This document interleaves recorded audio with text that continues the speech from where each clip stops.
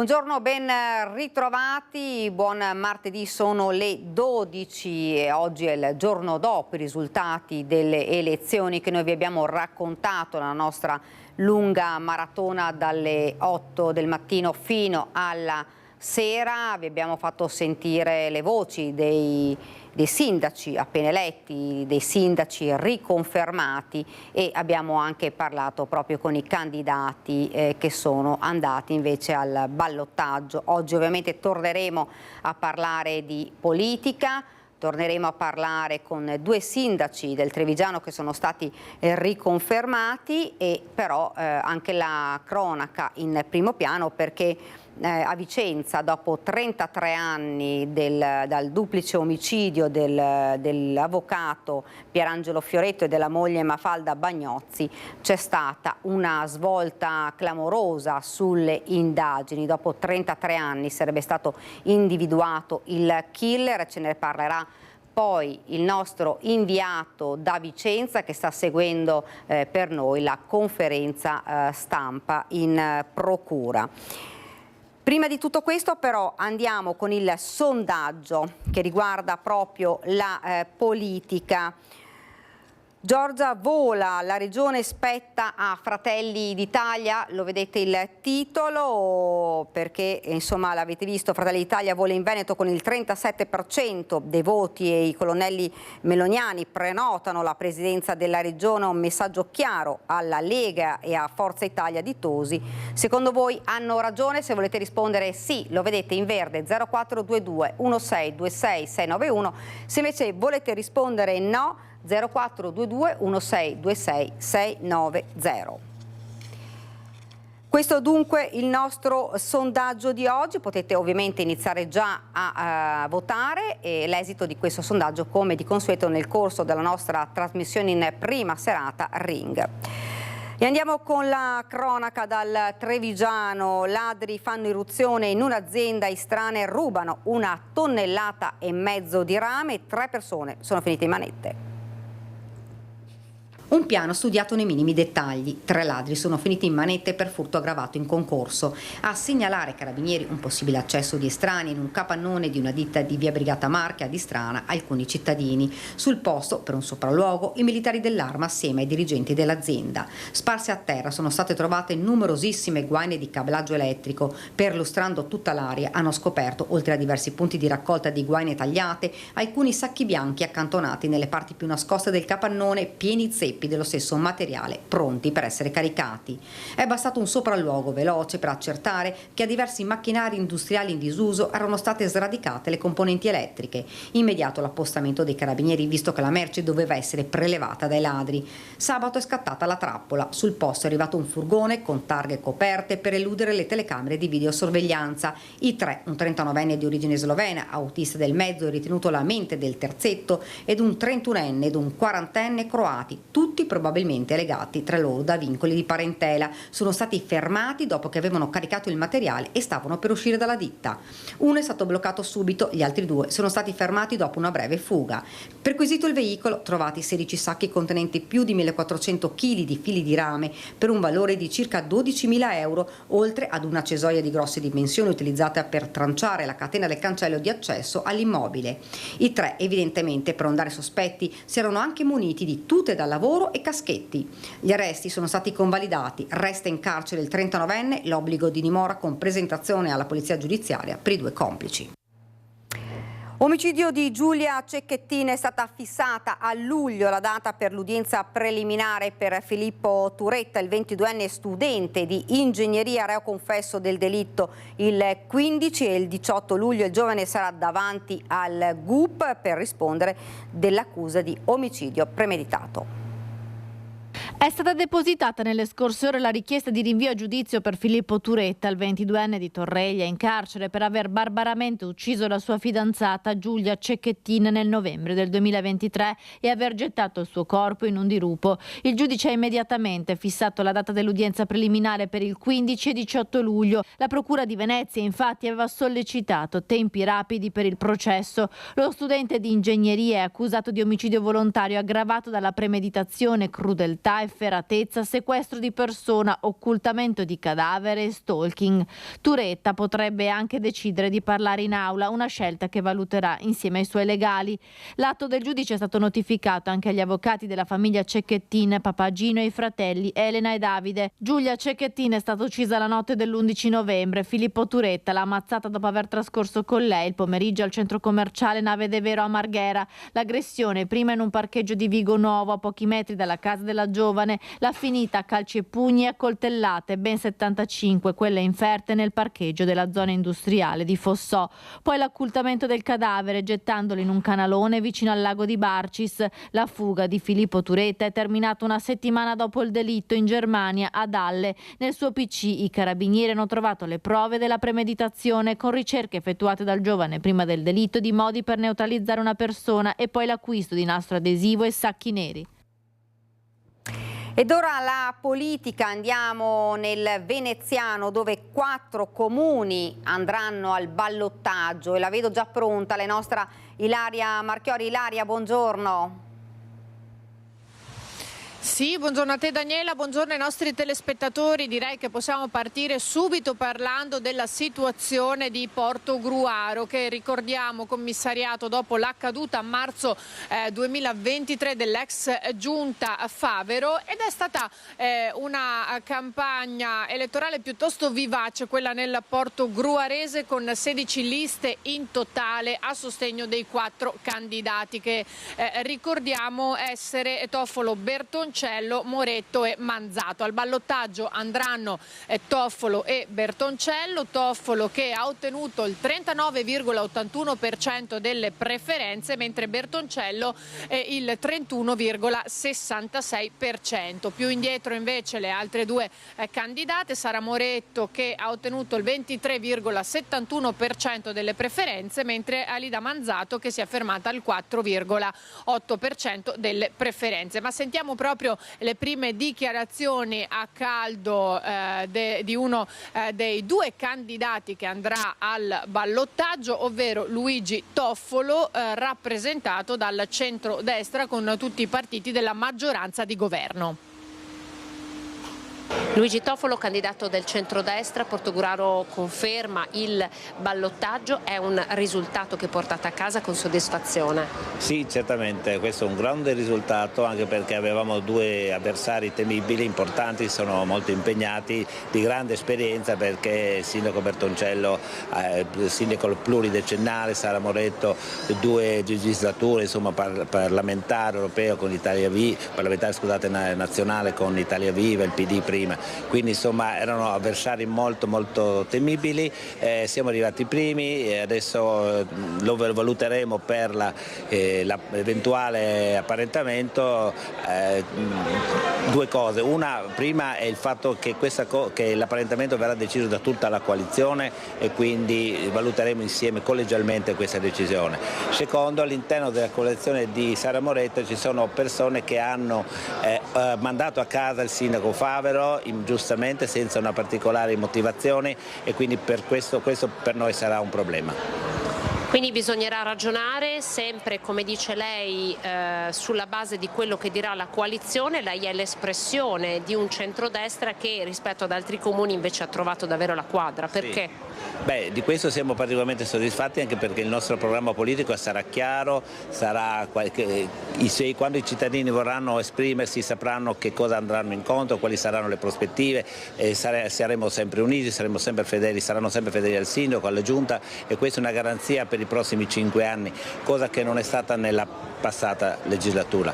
Sicuramente gli apparentamenti hanno questo problema perché riducono il numero dei consiglieri e quindi alterano ciò che è la proposta primigenia, quindi dobbiamo veramente valutare attentamente. Potremmo immaginare che un posto come vice sindaco arriverà a Fratelli d'Italia, che ha rinunciato all'ultimo alla sua candidatura, per sostenerla? Non c'è nulla di precostituito, però sicuramente si valuteranno i pesi dei partiti e sicuramente Fratelli d'Italia ha avuto il peso maggiore, quindi è possibile che sia questo, però insomma non c'è stato niente di precostituito, dovevamo prima raggiungere l'obiettivo che è stato raggiunto e poi se ne parlerà.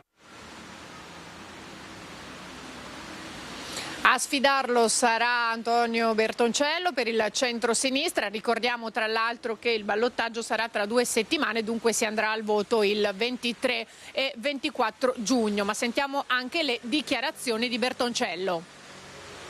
Antonio Bertoncello, portate a casa un ballottaggio, è un risultato che la soddisfa? Sì, era, come ho più volte avuto modo di dire, non c'erano le condizioni nella maniera più assoluta per avere un risultato diverso. Se poi confrontiamo i dati delle amministrative con quelli delle regionali, io credo che questo sia un ottimo risultato. Voi avete una coalizione molto ampia, il centro-sinistra compatto. I voti di Sara Moretto dove andranno? Come avete intenzione di muovervi? Li avete portati via voi o lei? No, diciamo dai dati che si leggono tra regionali e comunali, la gran parte dei voti li ha presi dal centrodestra, anche perché la sua coalizione aveva 8-9 candidati che avevano governato col centrodestra, quindi voglio dire, li ha presi ovviamente all'interno del centrodestra. Potete immaginare un campo largo per arrivare alla vittoria? No, diciamo che ancora oggi è tutto aperto, nel senso che noi adesso abbiamo i dati dei candidati sindaci, dobbiamo leggere i dati delle liste e vedere come muoverci nel ballottaggio. È troppo presto per dirlo, insomma. Basta, insomma, nel senso. Lei è stato sindaco per 2 mandati. Che cosa ha spinto Toffolo secondo lei? Che cosa ha spinto? Cosa ha spinto al 40% Toffolo secondo lei? Ma diciamo che Toffolo, voglio dire, se facciamo riferimento alle regionali, che avevano, se non sbaglio, 7.000 erotti voti, adesso mi pare che sono di gran lunga inferiori. Il centrodestra unito, voglio dire, ha avuto un buon risultato, ma quello che ha pesato molto, ma molto di più è Fratelli d'Italia, nel senso che la Lega, voglio dire, ha perso parecchi voti e invece, cosa che non era previsto, anche Forza Italia rispetto alle regionali ha avuto un buon risultato. Come se la giocherà quest'ultima partita? Lavorando, correndo, cercando di far comprendere alla gente che c'è bisogno di un cambiamento. La nostra coalizione è una coalizione di alternativa e quindi, voglio dire, ci muoveremo e lavoreremo per essere un'alternativa a chi ha governato dal nostro punto di vista male e che ha fatto sì che a Portogruaro ci fosse un commissario per 1 anno e 3 mesi. Stasera si festeggia? No, se festeggiamo alla fine. Diciamo che, voglio dire, siamo soddisfatti del risultato che abbiamo ottenuto e io credo che adesso ci riposiamo un giorno o 2 e dopo discuteremo, come sempre avviene, con le altre forze politiche.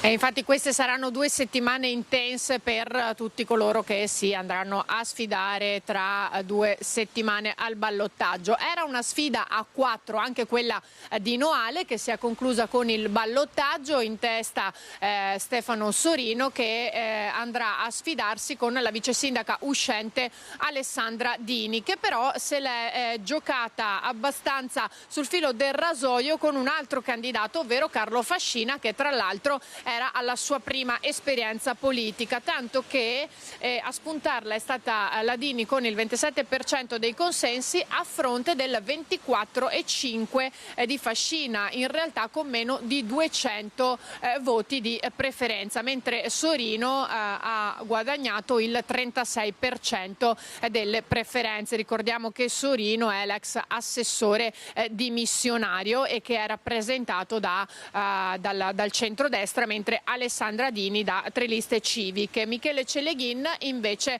si è fermato al 12%. Ma sentiamo proprio le dichiarazioni di Stefano Sorino, che tra l'altro si è appellato agli elettori e soprattutto il suo appello in generale va proprio a un cambio di tendenza, ovvero dobbiamo portare più giovani a votare. Sentiamolo. Sorino, ormai sembra chiaro, si va al ballottaggio tra lei e Alessandra Dini. Ma così pare, sì, sarà una bella sfida. Noi vedremo, non abbiamo fatto calcoli fino adesso, abbiamo una compagine forte, in politica non si sa mai, quindi vedremo a conti fatti. Stasera faremo tutte le analisi del caso. Senta, eventualmente lei sarebbe aperto a qualche eventuale alleanza oppure no? Allora, io non ho pregiudizi nel rimanere così o fare alleanze. Ripeto, sarà una verifica da fare a mente fredda, solo a mente fredda. Comunque altri 15 giorni di campagna elettorale. Beh, ma noi ci divertiamo. Noi l'abbiamo fatta col sorriso sulle labbra e continueremo a farla con il sorriso sulle labbra. A questo punto cosa si sente di dire agli elettori? Agli elettori dico: andate a votare, non stancatevi di aver votato, ma tornate a votare, perché se noi non ci occupiamo di politica, la politica comunque si occuperà di noi. Quindi un modo per far sentire comunque la propria voce.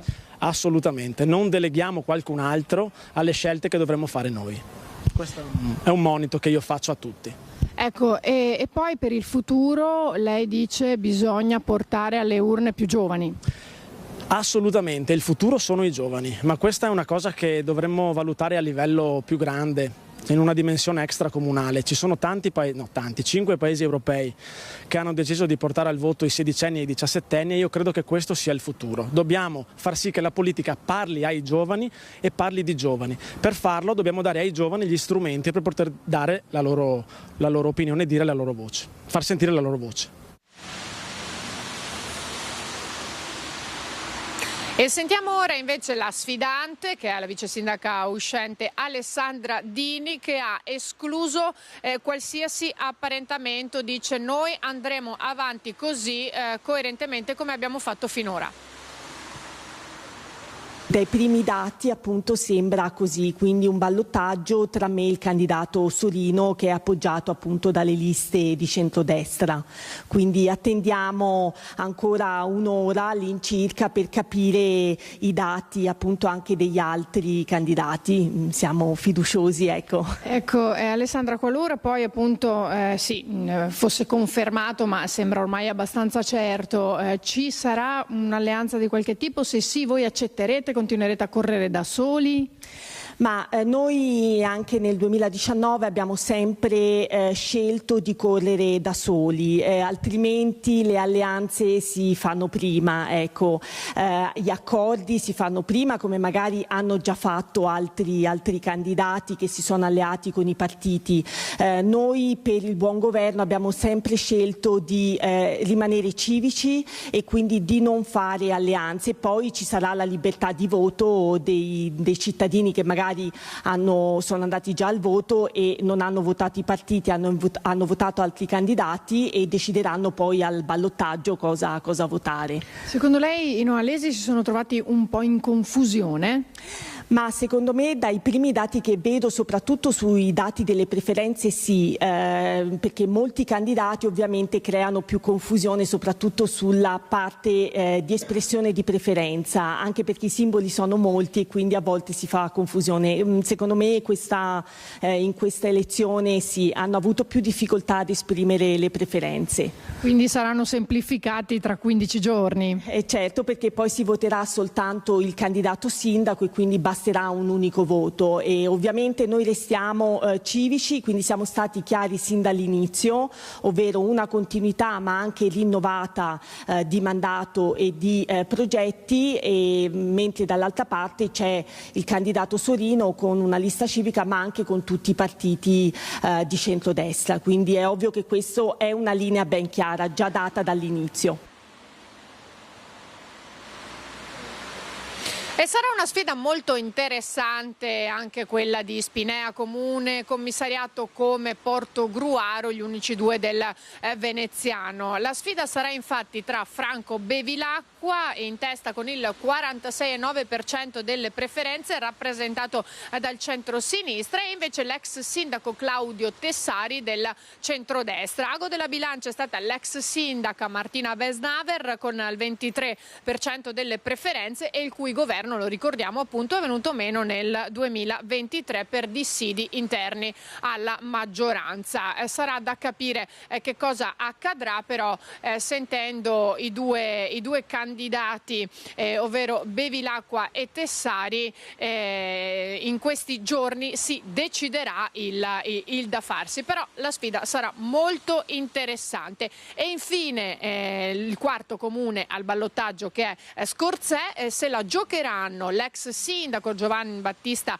Mestriner, che è rappresentato dal centrodestra, che ha ottenuto il 46% delle preferenze, e la sindaca uscente Nais Marcon, sostenuta da due liste civiche, che è arrivata al 31,6% delle preferenze, mentre Antonio Losetti si è fermato sotto il 22% delle preferenze, si è detto disponibile alla discussione. I toni però tra i due sfidanti non sono pacati come possono essere stati quelli dei due sfidanti di Spinea, anzi Mestriner non ha risparmiato alcune battute al vetriolo nei confronti della sua sfidante. Dunque vedremo che cosa accadrà in queste 2 settimane. Saranno settimane calde, non dal punto di vista meteorologico purtroppo, almeno per come sta andando oggi, e dunque che noi continueremo a seguire passo dopo passo fino al giorno dei ballottaggi. Grazie davvero Ilaria Marchiori, grazie. Noi continuiamo a conoscere i candidati che si sfideranno ai ballottaggi, e lo facciamo a Bassano con il nostro Mirko Cavallin, che lo vedo nello schermo. Mirko, buongiorno. Buongiorno Daniela, buongiorno ai telespettatori di Antenna 3. Sì, dunque, ballottaggio anche a Bassano, era un dato praticamente certo vista la campagna elettorale, vista la spaccatura nel centrodestra, e in effetti uno dei due candidati del centrodestra, l'attuale sindaco Elena Pavan, non sarà al ballottaggio, pur sostenuta da Fratelli d'Italia, quindi non è valso il traino delle europee. Roberto Campagnolo 28,4%, Nicola Finco 25,1%, Elena Pavan 23%, e poi la lista È il momento con Gianni Zen 13,6%, la sorpresa di questo voto, e Roberto Marin, già assessore della giunta Pavan, 9,7%. Affluenza al 55,7% per le comunali, non altissima rispetto ad altri comuni. Bassano dunque si prepara al ballottaggio il 23-24 giugno. Abbiamo intercettato proprio questa mattina con Alex Giuliano il candidato Roberto Campagnolo. Sentiamo. Roberto Campagnolo, passata la notte, ci si risveglia il giorno dopo, insomma, con quali sensazioni? Perché l'aria era quella comunque di un ballottaggio sicuro, quasi sicuro, però appunto c'era quel quasi che non faceva dormire sonni tranquilli. Stanotte come ha dormito? Beh, bene, molto bene, e soprattutto per il risultato di ieri, cioè arrivare al ballottaggio, arrivarci da primi è un grande risultato. Ringrazio i bassanesi che hanno capito la proposta che abbiamo fatto, una proposta che ha messo insieme idee, una visione comune di città, e insomma questo è stato apprezzato, per un grande valore per chi ci ha creduto dall'inizio, un bel riconoscimento ieri. Un'analisi, Bassano del Grappa 33% alle europee per Fratelli d'Italia, e poi invece alle amministrative un voto diametralmente opposto, con una città che premia il centro-sinistra. Come mai? Come se lo spiega? Beh, c'è un elemento che va analizzato anche vedendo un po' i voti nei singoli seggi, quindi nei quartieri. Indubbiamente Fratelli d'Italia ha oggi un elettorato d'opinione legato soprattutto alla sua leader. Vediamo che poi Questo è qualcosa che caratterizza la politica di oggi, cioè i leader nazionali che attraggono molto in un certo momento. Questo c'è stato per Renzi, c'è stato per Salvini, adesso c'è per la Meloni. Quindi questo elemento è un elemento che attrae consenso, però poi non sempre i movimenti, i partiti sono radicati nel territorio, rappresentativi nel territorio, quindi fanno più fatica a tradurre a livello amministrativo, dove le persone invece vengono prima del partito, quindi prima viene il candidato sindaco, quindi i candidati sindaci, poi le liste. Abbiamo visto anche il tributo che c'è stato a livello elettorale di quella che è stata la proposta che accompagnava la candidatura di Gianni Zen, la lista del momento, sicuramente un elemento di novità sul quale bisogna fare una riflessione seria e non far finta che non sia avvenuto, insomma. Appunto, state riflettendo seriamente di accorpare, di comunque unire le forze con Gianni Zen in vista del ballottaggio? No, allora oggi è una giornata di riflessione interna per tutti, credo, quindi anche per noi. Il candidato sindaco è in prima fila, ma dietro ci sono liste, persone, quindi prima di tutto si fa un ragionamento al proprio interno, si analizzano i dati, si vede quello che è successo. La nostra analisi da questo punto di vista non può che essere positiva, ripeto, abbiamo preso 6.000 voti in una situazione in cui non eravamo favoriti sicuramente, quindi vuol dire che la nostra proposta politica è passata. Nello stesso tempo poi valuteremo anche quali sono le opportunità da questo punto di vista, però prima dobbiamo fare un passaggio interno. 700 voti separano i 6.000 di Roberto Campagnolo dai circa 5.300 di Nicola Finco, che è attualmente vicepresidente del Consiglio regionale, esponente lui stesso della Lega ma anche in coalizione. Lo abbiamo intercettato ieri sera praticamente a conteggio concluso con Monica Smiderle. C'è una forbice molto ampia tra il risultato alle elezioni europee di Fratelli d'Italia, che ha portato a casa quasi il 33% rispetto al dato riferito alle elezioni comunali con circa l'11%. Una forbice molto ampia, c'è stato un lungo pomeriggio, un testa a testa tra Nicola Finco e il sindaco uscente Elena Pavan. Alla fine, insomma, siamo a 39 sezioni scrutinate su 41, alla fine andrà al ballottaggio Nicola Finco sfidando il 23 giugno Roberto Campagnolo. Allora un lungo pomeriggio, si diceva, Finco. Sì, un lungo pomeriggio, però alla fine insomma abbiamo visto il risultato arrivato, quindi abbiamo portato a casa il primo tempo, quindi una prima bella soddisfazione. Adesso mancano altri 15 giorni dove ovviamente ci dovremo dedicare ancora più al nostro territorio, a parlare con le persone, con le tante realtà, perché sappiamo benissimo il ballottaggio è il 23 di giugno, quasi a fine mese, e per noi del centrodestra è fondamentale riportare gli elettori a votare e votare compattamente ovviamente la nostra coalizione, che è l'unica vera alternativa ovviamente a tutto il mondo della sinistra. Un centrodestra che a Bassano in effetti si è presentato disgregato, perché Fratelli d'Italia ha appoggiato appunto la candidatura di Elena Pavan, mentre si sono compattate Lega, DC, la lista di Nicola Finco a sostegno appunto della sua candidatura. Sì, noi abbiamo voluto lanciare anche un nuovo progetto politico, no? Cioè, voglio dire, abbiamo fatto un lavoro sulle persone, sui programmi, prima ancorché sui partiti. Abbiamo creato una squadra coesa, prima di tutto un gruppo di amici, infatti io ringrazio anche gli oltre 90 candidati consiglieri che hanno dato anima e corpo sul territorio proprio per portare a casa questo risultato, e oggi siamo più carichi che mai, proprio in vista della forza che ci hanno dato gli elettori. Insomma, siamo pronti a questa nuova sfida che sono sicuro ci darà una grande soddisfazione. Con voi naturalmente lo diciamo anche Forza Italia, che ha sostenuto appunto Nicola Finco. Adesso si aprono insomma i giochi del ballottaggio. Che cosa potrebbe succedere? Lei insomma invita gli elettori del centrodestra a sostenerla, potrebbero aprirsi apparentamenti, accordi, insomma che cosa potrebbe succedere da qui al 23 giugno? Adesso nelle prossime ore ovviamente valuteremo bene i dati, sicuramente parleremo con tutte le forze politiche in campo, quelle che ovviamente sono state escluse dal ballottaggio, e poi noi, in base ovviamente alle loro richieste, alle nostre idee ovviamente di Bassano, di città del futuro, ci confronteremo, se troveremo le intese per costruire ovviamente degli accordi bene, altrimenti faremo la nostra strada. Quando siete partiti onestamente se l'aspettava questo risultato? Guardi, tutti quanti mi dicevano ma dove vai a farti male, arriverai terzo, quarto, alla fine abbiamo dimostrato che mettendo assieme le nostre forze, insomma, il primo tempo l'abbiamo portato a casa e penso che questa sia la prima grande soddisfazione di questa tornata elettorale.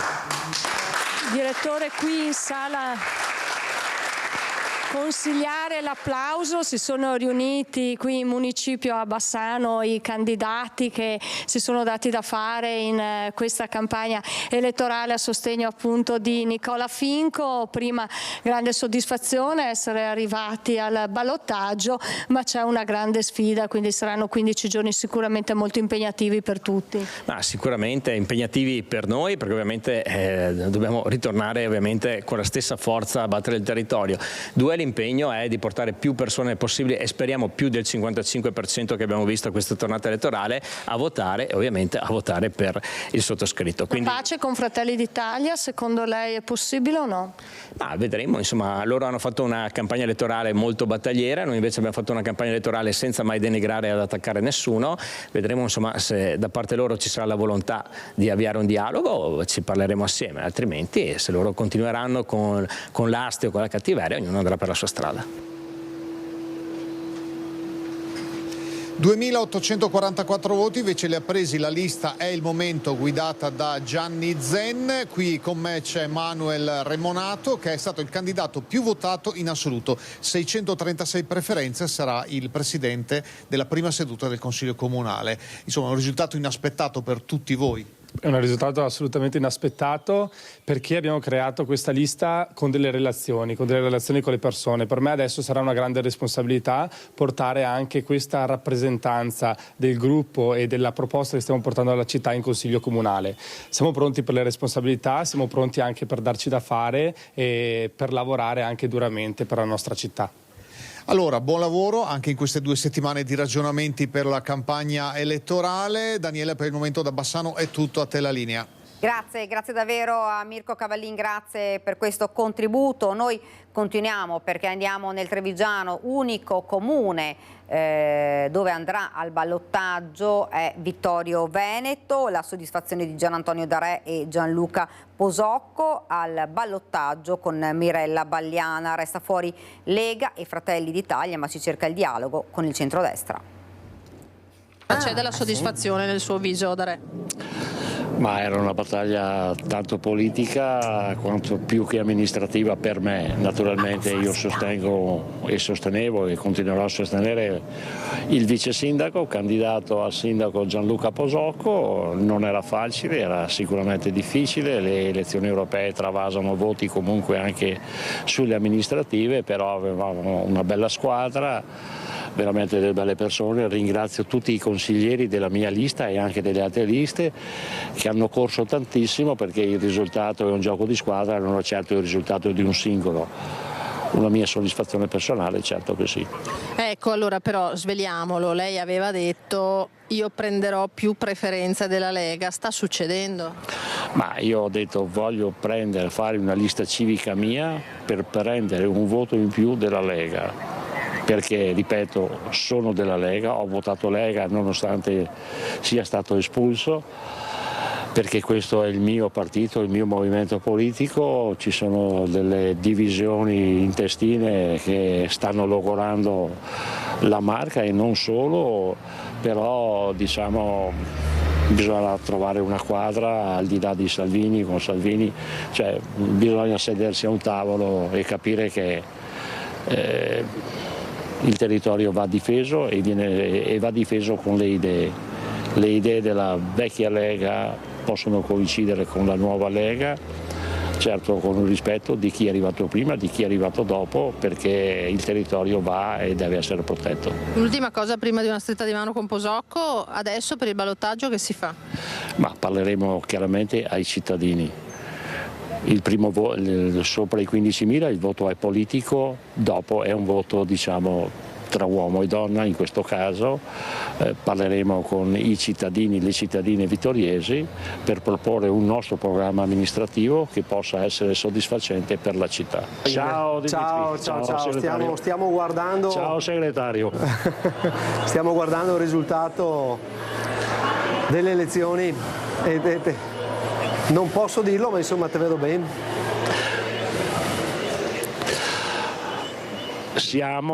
Nonostante tutto, io sono come te, faccio parte della Lega, anche se non ho la tessera, ho votato la Lega e ho scritto Manera.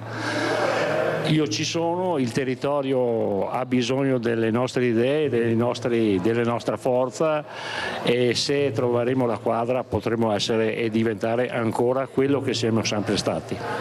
Io ti anticipo che dal mio punto di vista da segretario provinciale Vittorio Veneto è troppo importante per pensare di non essere parte attiva nel prossimo ballottaggio. Sei il segretario, noi siamo qua fiduciosi, insomma, vediamo come andrà adesso. Dobbiamo trovare la quadra perché è uno dei comuni più importanti della provincia di Treviso e insomma diamoci una mano che possiamo andare ancora tanto lontano. Buon lavoro a tutti. Grazie ancora, ciao. Ciao Tony. Buon lavoro. Diritto. Vabbè, il suggellato, insomma, allora, una sfida che è stata vinta. Che soddisfazione insomma. è? Beh, tanta soddisfazione, sono contento per tutti, ma per Tony, guardate, in particolare, veramente, ci ha sempre creduto, c'ha una visione che è oltre. No, dai, cerchiamo di portare avanti il suo programma, il nostro programma, che possa essere un programma condiviso per il futuro di questa straordinaria città che deve continuare ad essere quello che è sempre stata. C'è anche una soddisfazione personale da re, dai. Un po'.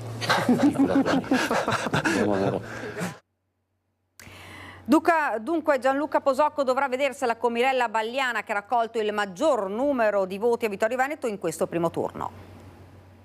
Abbiamo fatto una buonissima campagna elettorale, abbiamo avuto un'ottima risposta da parte dei cittadini, anche perché puntiamo tantissimo sulla partecipazione e quindi siamo veramente soddisfatti e ci auguriamo che questo trend positivo possa essere anche il risultato dell'eventuale sfida al ballottaggio. Anche noi cercheremo di riportare assolutamente al voto tutti i nostri sostenitori, ma anche recuperare anche noi sull'astensionismo che è stato abbastanza forte in questo periodo, in questi momenti, soprattutto le zone un po' più periferiche, mi viene in mente la Valle Pesina, e inoltre cercheremo anche di parlare al centro moderato, nel senso che la nostra coalizione è di centrosinistra ma ha tante civiche all'interno e quindi cerchiamo di guardare anche oltre proprio per la questione del rilancio della città. Ed ora ci fermiamo un attimo, c'è la pubblicità.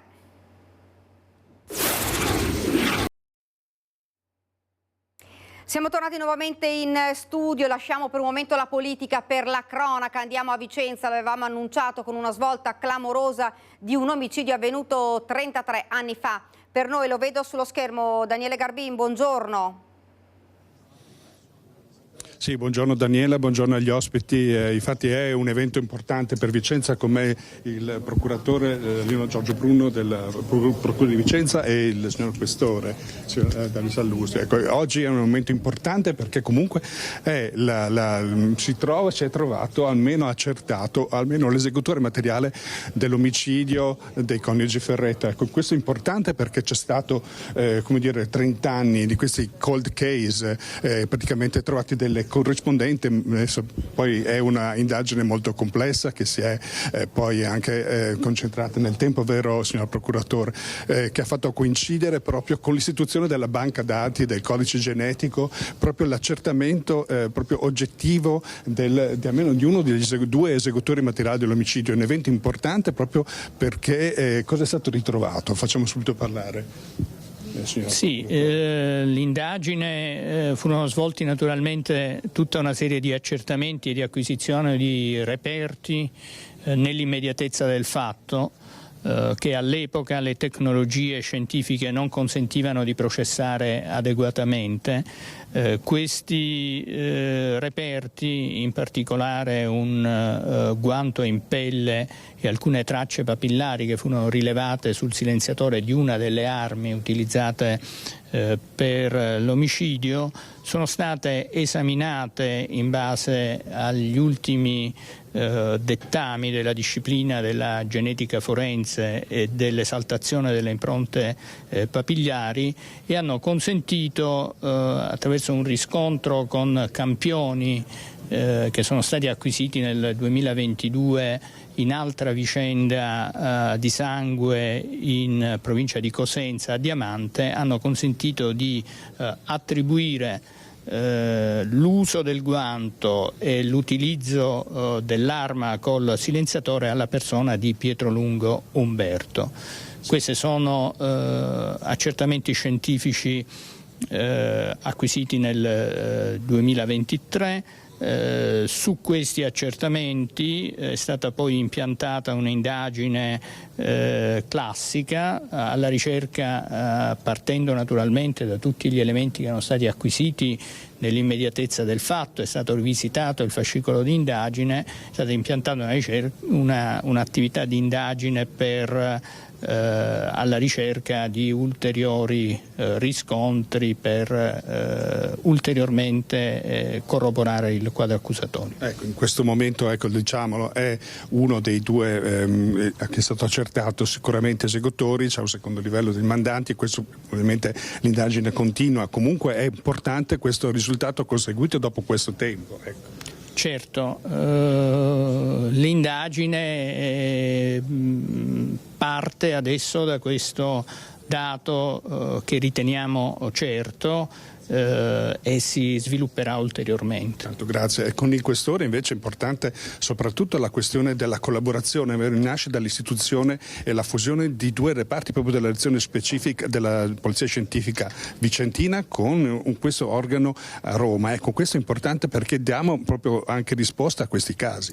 Sì, è un ulteriore investimento che il Dipartimento della Pubblica Sicurezza ha fatto sul settori che seguono più da vicino gli sviluppi tecnologici e scientifici.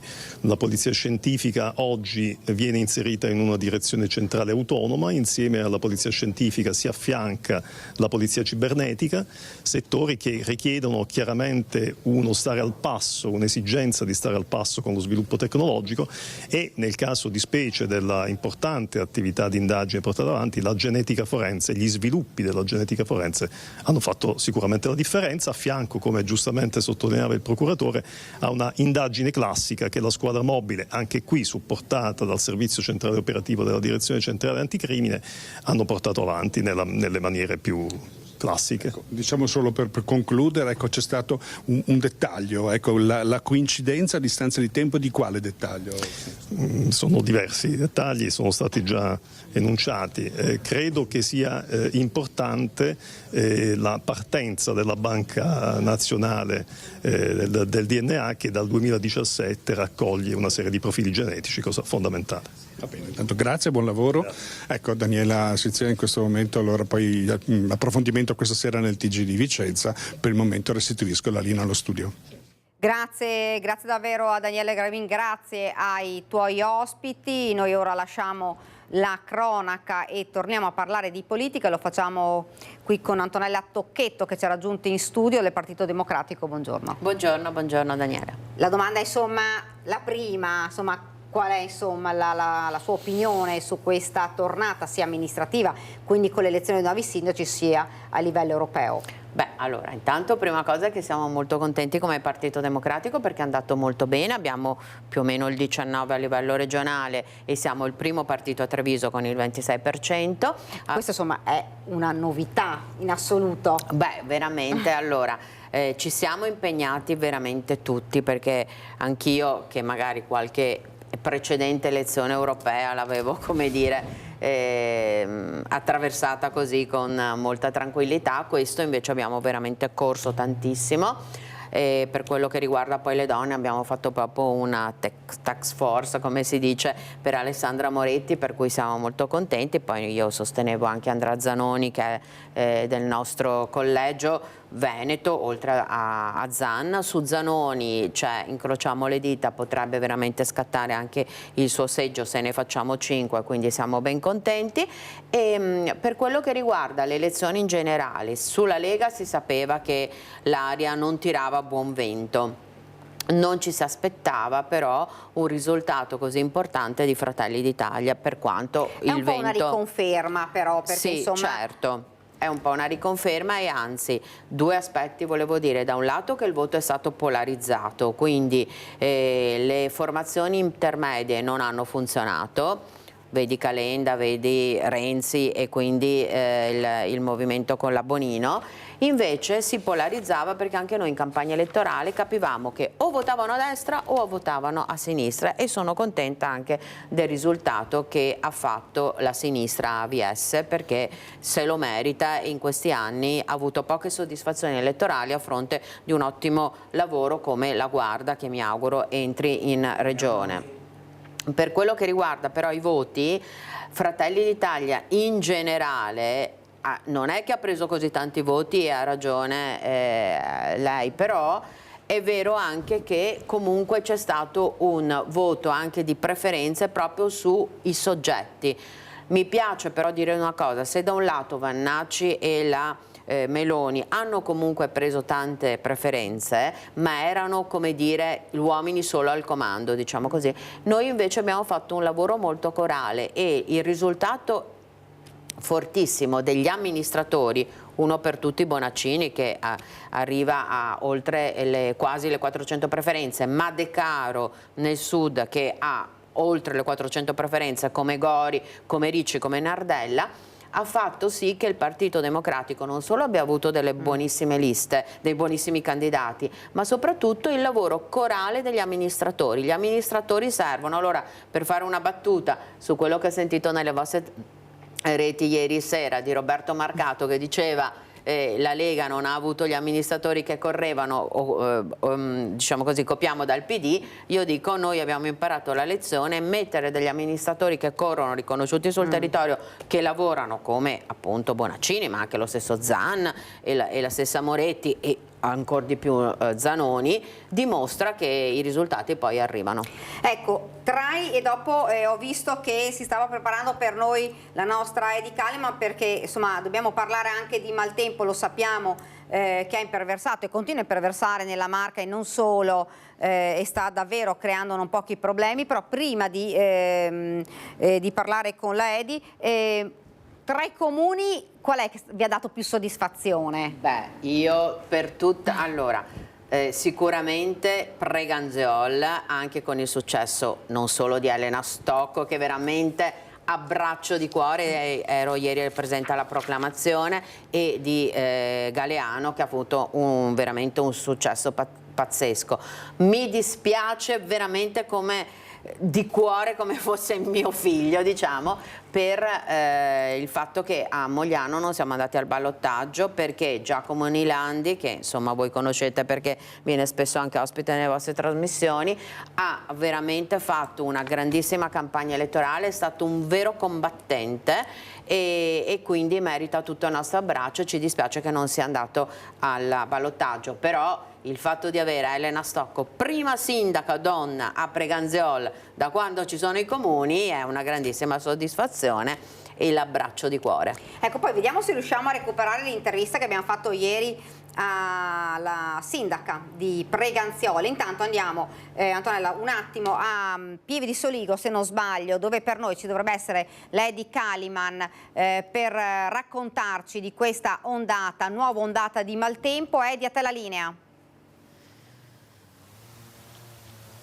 Daniela, buongiorno e buongiorno ai tuoi ospiti in studio. Siamo a Pieve di Soligo per fare un po' il punto sul maltempo che in questi giorni e nelle scorse ore sta colpendo tutta la zona della Pedemontana, del Montello, ma anche il Bassanese.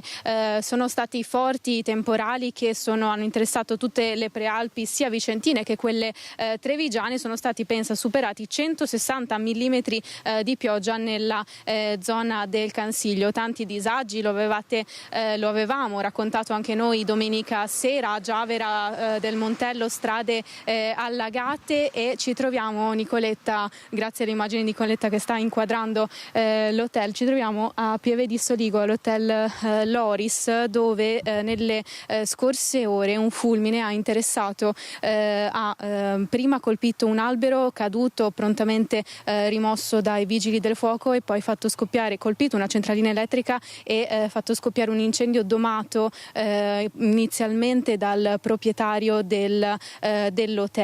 Dentro a questo residence c'erano anche ospitati Luca Gotti e Pantaleo Corvino, rispettivamente il mister e il tecnico della squadra di calcio del Lecce, entrambi che soggiornavano qui per una convention tra allenatori e dirigenti delle squadre calcistiche, che hanno anche espresso la paura nei loro social.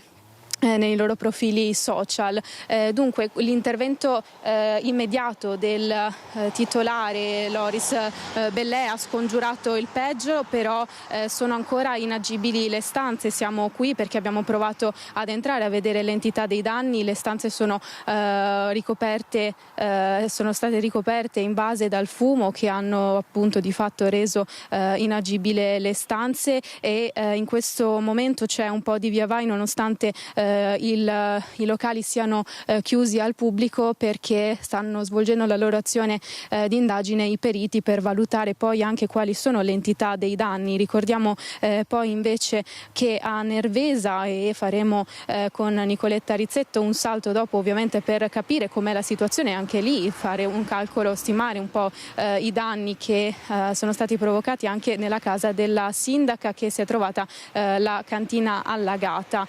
Questo perché questo territorio, come stiamo raccontando ormai da settimane, è un territorio già duramente provato dalle fortissime e abbondanti piogge, che non riesce più di fatto a drenare e assorbire l'acqua, diventando un vero e proprio, ogni acquazzone, ogni temporale sempre più forte diventa anche fonte di disagi sempre più grandi, perché appunto l'acqua non riesce più a fluire. Dunque abbiamo provato anche a contattare il titolare del hotel, però in questo momento appunto impegnato con i periti, preferisce non parlare, perché al di là dei danni economici alle strutture sono anche i danni che relativi alle entrate. Erano previsti per il prossimo fine settimana più di 100 prenotazioni che ovviamente non potranno essere eseguite, e il titolare ha necessariamente dovuto dirottare i propri clienti in altre strutture della zona. Sappiamo che è una zona ad alto tasso turistico, soprattutto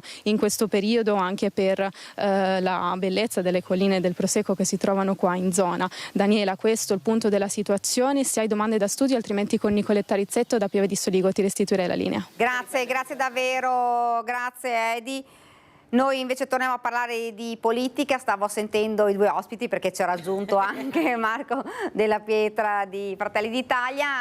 Stavamo sentendo un po' la diatriba sulle preferenze, sui voti dei due partiti. L'abbiamo detto prima, Treviso, insomma il Partito Democratico per la prima volta, davvero dopo tantissimo tempo, primo partito, e insomma un commento da parte di Fratelli d'Italia. Vi aspettavate una votazione così? Vi aspettavate questo tipo di risultato? Ma in realtà anche ieri io ho sentito gente così stupitissima di questa cosa. Guardate che anche alle ultime amministrative a Treviso, se andiamo a vedere tutta la compagine di sinistra, chiaro che c'era anche Alleanza Verdi, quelle cose lì che hanno preso diversi punti anche adesso, però mi pare che si attestasse sul 28%, è la coalizione totale. Treviso ha anche una fetta della popolazione che vota a sinistra, che è di sinistra. Cioè, ricordiamoci che fino a 7 anni fa il sindaco era di sinistra, non è che fosse... Certo. Quindi, un maniltone. No, sì, non è che stiamo dicendo una cosa folle. È chiaro che nel momento in cui tu vai a votare per un sindaco, poi hai la lista del sindaco ha fatto il 30%, noi abbiamo fatto l'11 e rotti, abbiamo fatto il 26 anche noi. Cioè, capite, è chiaro che stupisce perché è un po' in controtendenza rispetto agli altri comuni, però non è che Treviso sia nuova a questo tipo di exploit da parte della sinistra, quindi non è che mi preoccupi più di tanto. C'è il sorriso di Antonella. Il sorriso di Antonella, ma no, perché non è vero, ho detto qualcosa. Invece, siccome Antonella dice che abbiamo perso voti rispetto alle politiche, certo. Sì, però vedi, quando si fanno queste analisi qua bisogna farle complete. Allora, se tu mi fai vedere l'affluenza che c'è stata alle politiche e quanta gente è andata a votare alle politiche, vedrai che è andata a votare più gente. Quindi, se riusciamo a fare un più o meno, vedrai che in realtà i voti sono mantenuti rispetto a quelli che vanno a votare. Quindi io sono d'accordo con quello che dici tu, perché il numero è quello. Però è vero anche che tutti quanti paghiamo lo scotto di un astensionismo che inevitabilmente ha portato meno voti. Tu mi dirai, ma noi ne abbiamo presi di più, magari, no? Sì. Questo però tu me lo insegni che allora i bambini non li avete mai mangiati, però il fatto che voi andiate a votare molto più di noi e siate molto, questo credo che sia lapalissiano, certo. Per cui ecco, mi permetto di dire questa cosa qua, poi dopo si può dire tutto quello che volete e io ci mancherebbe altro, sono pro diciamo confronto, però caspita un risultato del genere. A me, che sono di Fratelli d'Italia, perdonatemi, ma mi fa proprio tanto piacere. Il dato, insomma, comunque che è abbastanza palese è il fatto che la Lega comunque ha perso parecchio. Su questo siamo d'accordo? Oppure no? Sì, ha perso. Ma poi, come dicevo prima, abbiamo polarizzato perché o votavano a sinistra o votavano a destra, cioè questa era la questione. Le formazioni medie, poi voglio dire, dentro alla Lega, ma Marco lo può ben come dire, considerare questo, c'erano veramente i coltelli che volavano ad altezza d'uomo, pesantissime affermazioni, si facevano la guerra tra di loro e siccome nel nostro partito l'abbiamo provato nei tempi passati, abbiamo imparato la lezione, sappiamo bene che le liste hanno successo se metti persone che corrono molto. Noi abbiamo messo molti amministratori e il risultato delle preferenze si è visto. Dall'altro lato non bisogna farsi la guerra in casa e la Lega partiva con questo deficit della guerra in casa che non era certo una cosa facile. La regione sarà davvero una bella sfida. Fratelli d'Italia rivendica adesso insomma il nome del presidente, la Lega invece vorrebbe tenersi ovviamente la presidenza con un nome della Lega. Sarà una sfida non indifferente questa. Ma allora io sicuramente da oggi partiranno, adesso non lo so quanto manchi perché si parla di settembre 2025 ma anche della primavera del 2026, per cui non so essere preciso, solo che cambiano 6 mesi, quindi si va dall'anno e mezzo ai 2 anni per arrivare a questa tornata. Però questo risultato può cambiare. No, beh, allora adesso se io ho avuto delle discussioni anche in queste ultime ore in ordine proprio a questo risultato e al fatto che sia o meno propedeutico alle regionali. Adesso uno non è che possa fare dei dati a suo uso personale, no? A piacimento. Certo. È un dato incontrovertibile.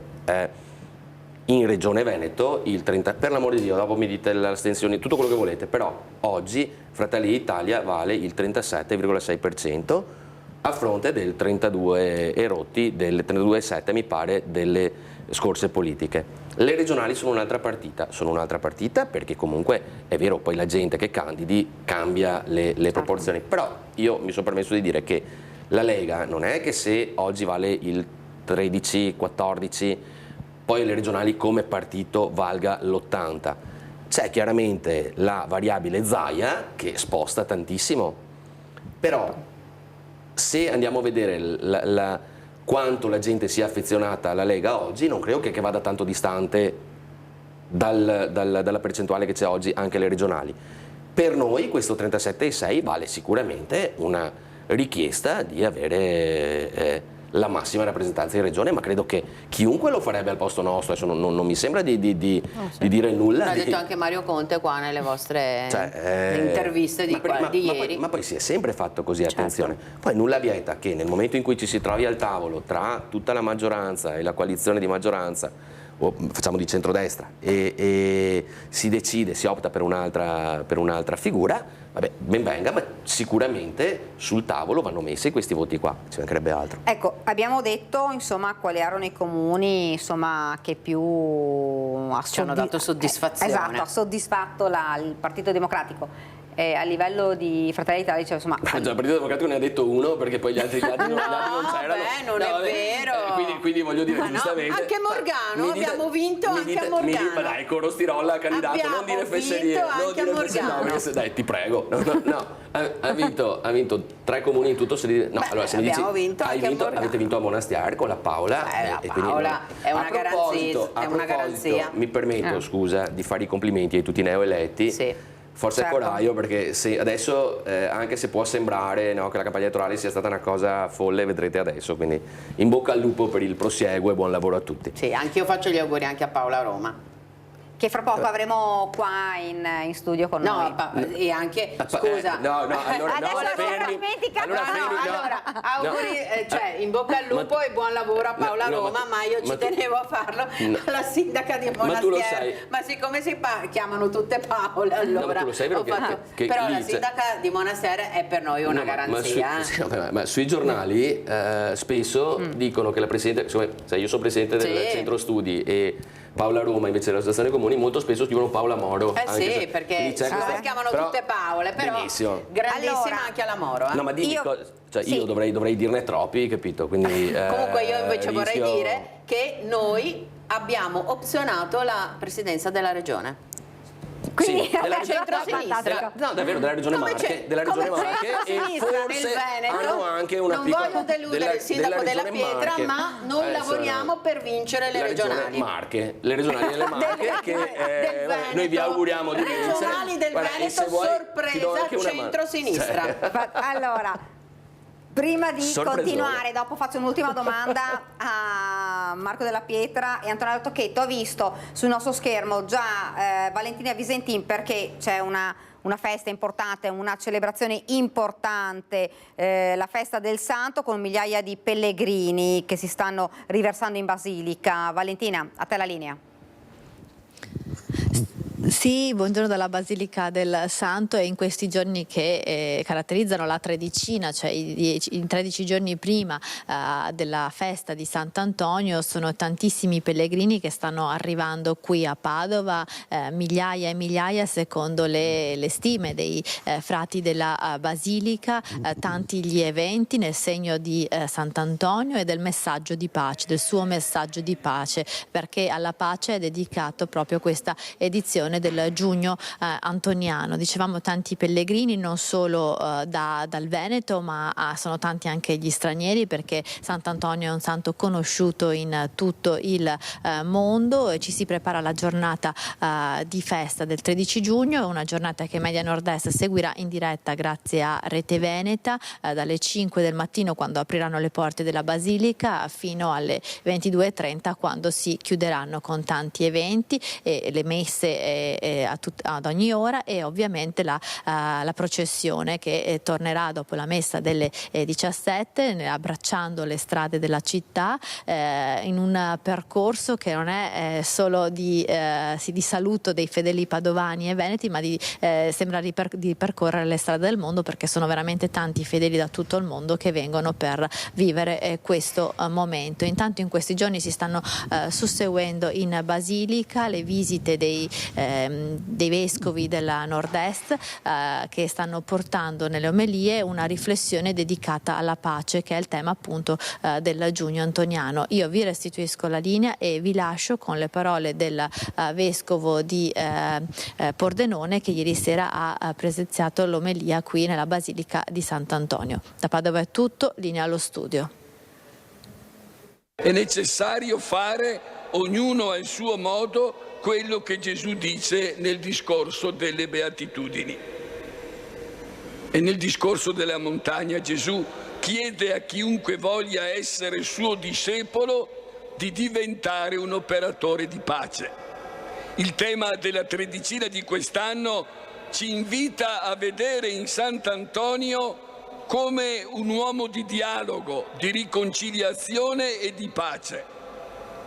Allora un pensiero, come ci è stato ricordato all'inizio, va alle tantissime persone e popolazioni coinvolte nei recenti conflitti di guerra, in Ucraina, nel Medio Oriente, nel Myanmar, ma anche in tanti altri conflitti purtroppo spesso dimenticati, che provocano morte e immani sofferenze, in particolare per i bambini e le donne.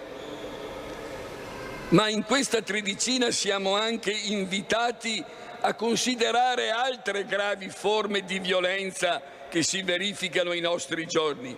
Violenza tra le persone, violenza in famiglia, violenza contro le donne e sfruttamento e violenza dei migranti e dei poveri.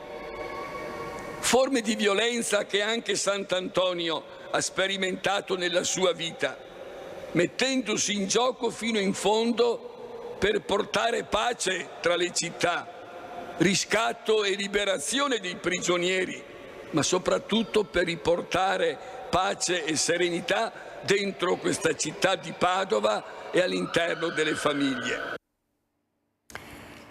Torniamo a parlare di politica con un'ultima domanda prima di andare in pubblicità. Questo è stato insomma un appuntamento importante per capire insomma come i cittadini avrebbero insomma votato, avrebbero guardato la politica e i partiti. L'astensionismo è un altro dato importante perché purtroppo, non nascondiamoci, tanti non sono andati a votare. E questo può aver cambiato in qualche maniera anche, no? Il risultato, Antonella? Sì, allora questo è sempre stato un po' il cruccio nelle ultime elezioni, perché se consideriamo che nemmeno nelle candidature locali, cioè dei sindaci, la gente va più a votare, cioè i sindaci vincono con basse percentuali di votanti. Bisogna riportare la gente alla politica, soprattutto nei momenti così complicati come quelli di adesso. Cioè, io mi aspettavo che l'Europa, visti i venti di guerra, visto i problemi ecologici, visto i problemi anche proprio di geopolitica, avesse portato i cittadini a votare, invece non li abbiamo visti. Bisognerà lavorare molto perché dispiace che il partito dell'astensionismo sia quello sempre che ha maggior successo e questo non va bene, no, soprattutto in questi momenti qua. Marco Della Pietra.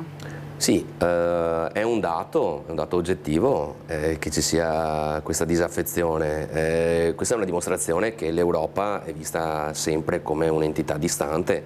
Non è che finora ci abbia mai dato adito a pensarla diversamente. Quindi bisognerebbe davvero partire con un'educazione anche ai cittadini, ma non solo, anche agli amministratori, in ordine a quella che è la funzione e l'importanza, ecco, dell'Europa. Detto ciò, io probabilmente è sempre un caso a parte, Spresiano. Le due volte che sono stato a votare, che mi sono messo in gioco io, mi ha fatto circa il 70% entrambe le volte, quindi vuol dire che magari per l'elezione, quella più vicina, certo, c'è sicuramente. Io ho visto anche i dati.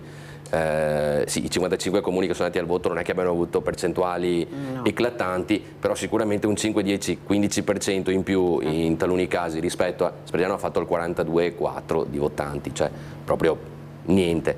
Quindi anche lì forse sarebbe da rivedere un po' questa cosa, il fatto che si vada al voto ogni 6 mesi, che ci siano tornate elettorali in continuazione. Bisognerebbe cercare, secondo me, di uniformare un po' più il tutto. Se ci fosse, non dico una tornata elettorale unica, ma quasi, forse si potrebbe sperare, ecco, in un'affluenza maggiore. Poi vabbè, le cause sono le più disparate. Certo. Siamo arrivati al termine, non della puntata, ma di questa nostra discussione con Marco e con Antonella. Mi piacerebbe riaverli ancora perché poi insomma È bello, anche perché ho saputo che adesso si candidano anche nelle Marche, quindi... Noi infatti facciamo in bocca al Però noi lupissimo, vinciamo nel Veneto, vinceremo nel Veneto, quindi... Ci fermiamo, c'è la pubblicità, ringrazio Marco, ringrazio davvero anche Antonella per essere stato con noi. Pubblicità, poi torniamo in studio perché conosceremo 2 sindaci riconfermati della Marca.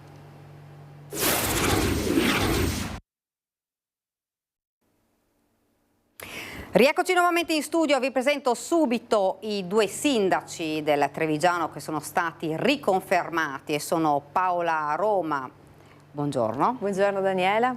Ponte di Piave, e il sindaco di Zero Branco, Luca Durighetto, buongiorno. Buongiorno. Le 2 riconferme, insomma, vittorie che sono state abbastanza importanti. Paola, insomma, la prima sensazione? Beh, intanto per noi c'era la novità del terzo mandato e soprattutto dovevamo portare a compimento alcune opere che avevamo già iniziato, e quindi io ringrazio i cittadini di Ponte, di Negrisia, di Levada, di Busco e San Nicolò che hanno voluto comunque confermare questo impegno che avevamo, e oltre ovviamente a una squadra che è composta da veterani, ho anche delle nuove entrate, delle new entry, dei giovani preparati, impegnati e che sono entrati in consiglio comunale, che quindi con loro cercheremo di portare avanti poi tutta quella che è stata l'attività che noi abbiamo cercato di fare in questi anni. Ma soprattutto ringrazio perché anche i numeri rispetto alla partecipazione sono stati importanti, e durante ovviamente il periodo della campagna elettorale abbiamo utilizzato questa modalità di fare anche degli incontri formativi per spiegare appunto ai cittadini come funzionavano anche determinate situazioni sui fondi europei, sugli Erasmus Plus legati ai ragazzi, quali erano le opportunità legate a loro, anche dei finanziamenti anche per le attività produttive e per le aziende, e non da ultimo anche quell'ultimo decreto, la legge Caivano, anche legata alle baby gang, quindi anche una specifica rispetto a questo. Credo che davvero sia stata una campagna elettorale per il nostro gruppo fatta davvero di contenuti importanti, in cui anche i giovani hanno avuto l'opportunità di esprimersi e di portare le loro idee. E poi presto presenterete la squadra? Assolutamente sì, contiamo appunto di farlo nei tempi, e quindi di andare avanti proprio con questa opportunità che, ripeto, nell'avere dei giovani credo che sia proprio la possibilità di mettere insieme l'esperienza con le nuove energie. Nella continuità anche Zero Branco con Luca Durighetto, soddisfatto? Sì, la soddisfazione principale è quella che sia stato riconosciuto il lavoro che tutta la squadra ha svolto. Non c'è, come spesso si tende a fare in politica, la personalizzazione del candidato sindaco o del candidato premier come uomo solo al comando che gestisce. Non è così, per fortuna. Questo è stato riconosciuto, e la qualità, la capacità e l'esperienza che questa squadra ha portato avanti in continuità con le precedenti evidentemente è stata non solo apprezzata, ma è stata riconosciuta da parte di tutti i cittadini. Poi in realtà, e rubo solo 3 secondi, noi abbiamo provato anche a fare una campagna elettorale che fosse diversa dal solito, improntata più sulla capacità di incontro delle persone che sul per forza dover divulgare temi o proposte o desiderata che poi magari chissà quando e chissà dove verranno realizzati. Noi abbiamo provato proprio veramente a cercare di creare dei momenti di festa, di gioia e di incontro per le persone, di modo che la campagna diventasse essa stessa motore di nuova vita e di rinnovamento all'interno della comunità. Si aspettava un 72%? No, no, proprio mai. Anzi, stamattina, chiacchierando con alcune persone al bar, prendendo il caffè, ho detto, vi dico la verità, ho un po' di vertigine, nel senso che percentuali così, Paola era abituata a percentuali anche superiori, però diciamo che percentuali così creano anche un senso di responsabilità e un peso per chi poi va ad amministrare importante, perché a quel punto lì ti senti anche una responsabilità non solo di dover fare quello che hai detto, perché la coerenza è alla base, però anche di poter dimostrare veramente di essere meritevole di una fiducia così ampia e di una fiducia così trasversale. Nel segno della continuità, perché ci sono opere che avete iniziato e che ora avete la possibilità di portare a termine. Le principali? Beh, abbiamo 5 km di piste ciclabili che dobbiamo terminare, anche perché sennò diventerebbero un'opera infinita e siamo contenti perché soprattutto l'ultima, la più importante, è una pista che unirà il centro alle 2 frazioni in maniera continua. È un'opera sulla quale noi abbiamo investito tanto tempo. Diciamo che appena finito il Covid abbiamo iniziato subito a lavorare su questo obiettivo, e quindi questa è una delle cose alle quali noi punteremo in maniera pesante, e soprattutto, avendo già iniziato l'iter, è anche piacevole poterlo completare. A questo aggiungo solo un'altra cosa, che è un impegno che noi ci siamo posti rispetto alle tematiche della qualità dell'acqua e dell'aria. Su quelle due tematiche noi siamo convinti di poter investire non solo economicamente, ma soprattutto in termini di energie e di risorse e di tempo, il massimo del nostro impegno per cercare di mantenere il più possibile un ambiente sano e naturale. La stessa domanda, ovviamente. Beh, nel nostro caso abbiamo la pista di atletica dello Stadio Tumiotto, in cui abbiamo beneficiato di un contributo dello sport e periferie. Siamo arrivati quarti in Italia, quindi andremo a tagliare il nastro di quest'opera che appunto ha avuto l'asfaltatura. Nei prossimi giorni ci sarà poi sopra l'intervento con la gomma e poi avremo la conclusione di questo. Poi dall'altra parte il restauro conservativo dell'ex Cinema Luxor, grazie a un finanziamento del Ministero delle Infrastrutture e Trasporti con il Ministero dei Beni Culturali, su opera ovviamente che verrà realizzata grazie al provveditore delle opere pubbliche del Veneto, ma soprattutto anche l'utilizzo dell'avanzo di amministrazione per continuare nelle manutenzioni e quindi anche nella continuazione ovviamente nelle asfaltature, ma anche nei punti luce, la sistemazione anche di una rotonda proprio collegata nella frazione di Levada che porta poi alla parte dei cimiteri e quindi abbastanza centrale perché è su strada provinciale, e dall'altra parte naturalmente le piste ciclabili sulle quali già il primo stralcio è andato avanti, andrà avanti anche il secondo stralcio di Via della Vittoria.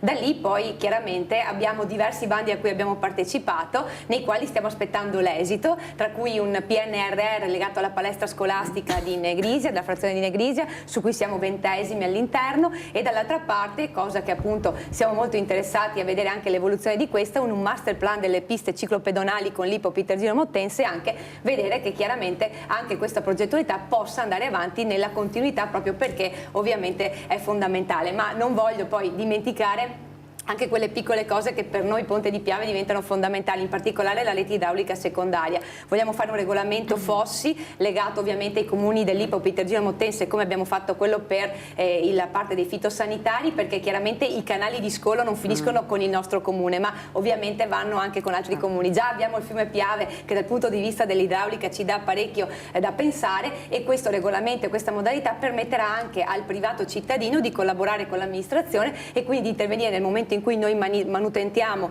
un canale anche della rete idraulica secondaria, un fosso, di poter intervenire anche loro nello stesso momento. Quindi sicuramente questo è uno degli impegni importanti che vogliamo portare avanti. Ti bastano 5 anni per fare tutta sta roba? Sicuramente. O punti al quarto mandato? Non ci sarà il quarto mandato, quindi conto di riuscire a farcela in questi 5.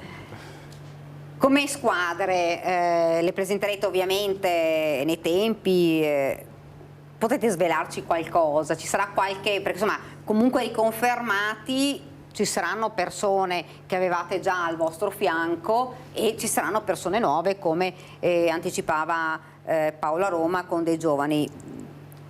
Qualcosa da svelare sulla squadra? Ma no, in realtà, dico la verità, non abbiamo ancora fatto dei ragionamenti. Nella modalità che noi abbiamo sempre utilizzato c'è quella della condivisione all'interno di tutta la squadra, quindi non c'è la decisione del sindaco che va a dire tu e tu e gli altri da parte. C'è piuttosto una condivisione rispetto alle capacità e alle caratteristiche di ogni persona e a quelle che saranno e che sono le tematiche sulle quali l'amministrazione vuole spingere. Quindi è chiaro che dovendo trattare il tema ambientale piuttosto che il tema dei lavori pubblici c'è la necessità di avere all'interno, ci sarà la necessità insomma di avere all'interno della Giunta persone che abbiano quelle competenze. Però l'approccio che è stato utilizzato per creare il gruppo dei consiglieri e quindi dei candidati in consiglio era quello di cercare che ognuno avesse una competenza specifica.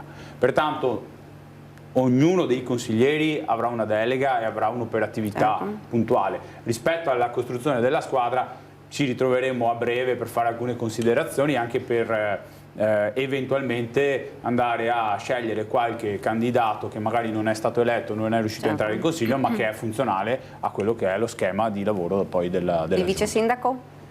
Neanche su quello c'è chiarezza, però si diceva prima, c'è una necessità anche di andare a rinnovare le squadre per cercare di trovare anche stimoli nuovi, persone nuove, quindi potrebbero esserci delle sorprese. Ecco, è questo. Paola? Allora, intanto lo scorso mandato abbiamo modificato il regolamento comunale che permette appunto di dare le deleghe ai consiglieri, quindi ognuno come si è presentato all'interno chiaramente delle presentazioni che abbiamo fatto ai cittadini ha avuto una propria parte elettorale che ha esplicato ai cittadini sulla quale si è impegnato, e quindi credo sicuramente che chi sono i veterani e quindi le persone di esperienza, e ringrazio anche chi mi è stato assessore poi nei 2 mandati e che per motivi anche di salute o motivi insomma legati al lavoro non ha potuto più esserci, sono sicura che darà la propria disponibilità per insegnare chiaramente anche alle new entry, però credo sicuramente che ognuno avrà una opportunità di valorizzare la propria professionalità così come l'ha fatto con i cittadini, perché devo dire che le preferenze che sono state espresse sono state importanti, hanno confermato determinati numeri ma ne hanno date anche importanti per i giovani. Io credo che proprio la politica debba guardare ai giovani come un'opportunità di farli crescere, perché poi è a loro dato in mano di costruire tutto il resto, quindi non escludo delle novità rispetto alle situazioni, ma chiaramente voglio ricordare l'impegno importante dei veterani che sicuramente è fondamentale, che è stato anche riconfermato da parte dei cittadini, quindi al di là di questo ognuno avrà una parte di responsabilità. Quindi insomma l'entrata di giovani nella lista, ma anche insomma lo sapevo anche nella lista Durighetto c'erano molti giovani. Sì, abbiamo in sostanza più di metà dei candidati erano candidati nuovi che, come dicevo prima, sono stati scelti in base a competenze e a capacità specifiche. Per quello anche all'interno della giunta ci saranno dei cambiamenti senz'altro. Poi noi abbiamo sempre applicato uno schema non tanto di rotazione continua ma di sostituzione e anche di cambiamento proprio in funzione di quelli che erano i focus point che di volta in volta l'amministrazione riteneva centrali, per cui sarà senz'altro spazio ai giovani, ci sono ragazzi giovani neoeletti che hanno già dimostrato di avere capacità e potenzialità, oppure chi si è fatto un po' le ossa, come si suol dire, in questi 5 anni, che può ambire serenamente a un ruolo di maggiore importanza.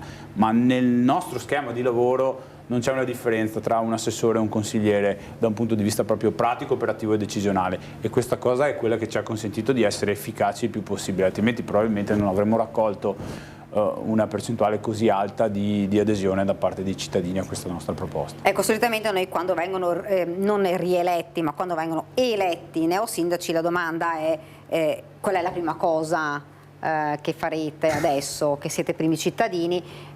Un po' una domanda che stona perché voi siete riconfermati e quindi però c'è una cosa che le sta più a cuore.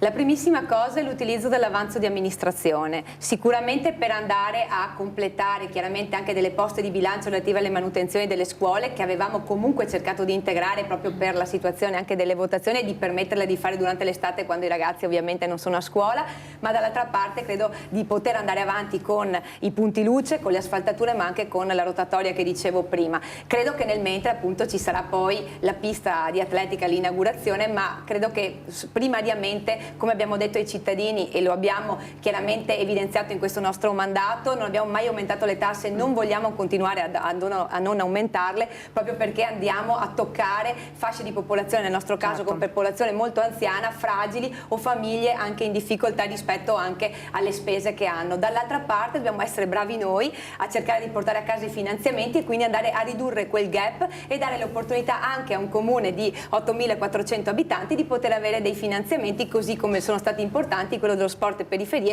e la legge del Ministero che ci ha permesso la riqualificazione del Luxor. Luca Durighetto, la prima cosa che le viene in mente che dice no, questa la voglio fare. No, allora, in realtà già negli ultimi giorni di campagna elettorale, ma poi anche ieri pomeriggio parlando con il resto della squadra, con il resto del gruppo, una delle cose che vorremmo fare è quella di andare a definire in maniera chiara e inoppugnabile 4 o 5 iniziative che in questo quinquennio dovranno essere realizzate. Parliamo naturalmente di iniziative ex novo, di iniziative che hanno un valore totale e generale per la comunità, e l'impegno è quello di andare a realizzare degli incontri pubblici e poi di fare capitare casa per casa questa lettera di impegno, di modo che ogni cittadino possa misurare rispetto a quello che noi diremo o abbiamo già detto in campagna elettorale, quelli che sono le performance e i nostri obiettivi, per dare in maniera chiara e inoppugnabile la possibilità di dire a un cittadino questa cosa l'hanno detta, l'hanno fatta, questa cosa non l'hanno detta, l'hanno fatta lo stesso, oppure questa cosa l'hanno detta e non l'hanno fatta. Rispetto alle elezioni, insomma, le europee, abbiamo visto il rinnovo e l'elezione di nuovi sindaci, come è andata rispetto ai vostri, insomma, partiti? Ma io credo che dovremo intanto vedere anche i dati dei ballottaggi e quindi mi riserverei di vedere anche la situazione finale definitiva, però credo che in molte e tantissime situazioni, anche quando si trova solo un candidato sindaco, ci siano state delle situazioni veramente, io ho provato un commissariamento e so cosa poteva capitare in un'amministrazione, in una situazione in cui ovviamente non si raggiungesse il quorum, quindi credo che già il fatto che abbiamo visto quelli che sono stati i risultati dell'affluenza dei cittadini sia un dato importante, e anche il coinvolgimento di nuovi giovani e di nuove leve all'interno delle amministrazioni, che credo sia proprio un volano per modificare anche l'andamento di questo. Dall'altra parte chiaramente sarà da vedere a livello poi più generale. Mi permetto di aggiungere una cosa, prima non l'ho detto, ma una delle sfide che ci siamo dati proprio all'interno del nostro gruppo è legata in particolare all'assistenza domiciliare, che è in scadenza appunto in quest'anno da noi, e vorremmo iniziare con la telemedicina. Abbiamo già individuato, abbiamo nel nostro gruppo una delle ragazze poi che è anche stata eletta, che è un'infermiera e che chiaramente giovane le ha viste anche direttamente fare le cose, e vorremmo soprattutto in quella fascia di popolazione avere un intervento proprio di colta in maniera precoce e in maniera preventiva della situazione, proprio perché avendo una popolazione anziana importante nel nostro comune, credo che queste siano proprio le azioni fondamentali anche in termini preventivi. La stessa domanda. In realtà la cosa che invece io ho notato è una diminuzione dell'affluenza alle urne, e questo è preoccupante, perché se in qualche comune dove si votavano solo le europee c'è sempre questa idea dell'Europa madre matrigna, no? Noi italiani la dipingiamo spesso così, tant'è che a volte quando ci fa comodo diciamo non andiamo a votare alle europee, quando ci fa comodo invece diciamo andiamo a votare alle europee, in funzione di quale partito è maggioranza in quel momento. E mi pare che anche stavolta sia successa la stessa identica cosa, perché partiti che non volevano l'Europa spingevano in maniera ossessiva perché si andasse a votare alle europee. Però al di là di questo, il dato che mi ha lasciato un po' più perplesso è proprio l'affluenza anche laddove c'erano le elezioni amministrative comunali, al di là dei casi, come diceva Paolo giustamente prima, dove magari c'era un solo candidato e quindi si perde anche lo stimolo del confronto.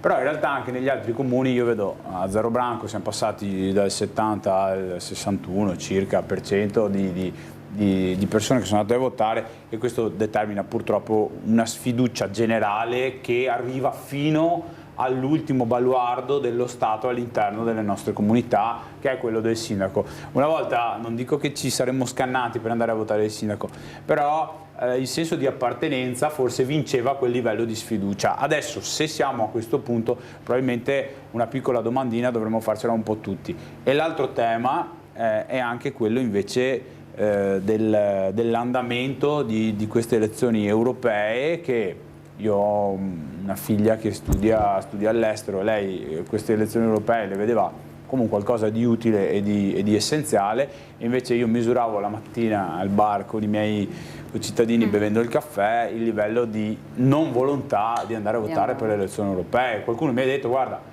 se non ci fosse da votare le comunali io non sarei andato, qualcun altro mi ha detto io non vengo a votare le comunali perché non voglio votare le europee. E quindi anche da questo punto di vista forse dovremmo un po' smetterla di usare le elezioni come fosse una clava, e quindi se mi conviene la tengo nascosta dietro la schiena e se mi conviene invece la uso per picchiare. Siamo arrivati al termine, io ringrazio Paola Roma, complimenti per insomma, la nuova conferma, grazie anche, complimenti anche a Luca Durighetto. Hanno festeggiato, da oggi si ricomincia, non possiamo dire che si inizia ma si ricomincia il lavoro. Io vi ricordo questa sera la trasmissione Ring, in prima serata gli ospiti Massimo Bitonci, sottosegretario alle imprese al Made in Italy della Lega, Andrea Zanoni, consigliere regionale Partito Democratico, Anna Maria Cisint, Lega, neoeletta al Parlamento europeo, e poi ancora Claudio Borgia, presidente Fratelli d'Italia, e poi due sindaci della Marca, Mattia Perencin, sindaco di Farra di Soligo, e Fabio Marin, sindaco di San Zenone degli Ezzelini. Quello che vedete è il sondaggio che vi abbiamo proposto, potete votare l'esito al termine della trasmissione Ring di questa sera. Io vi lascio, ringrazio soprattutto Francesco Ceron e Alberto Pivetta che ci hanno seguito passo dopo passo in questa nostra prima edizione, e vi ricordo subito dopo la pubblicità e il meteo ci sarà il documentario I grandi architetti e poi il film Tamburi lontani. È tutto, grazie davvero per averci seguito, arrivederci.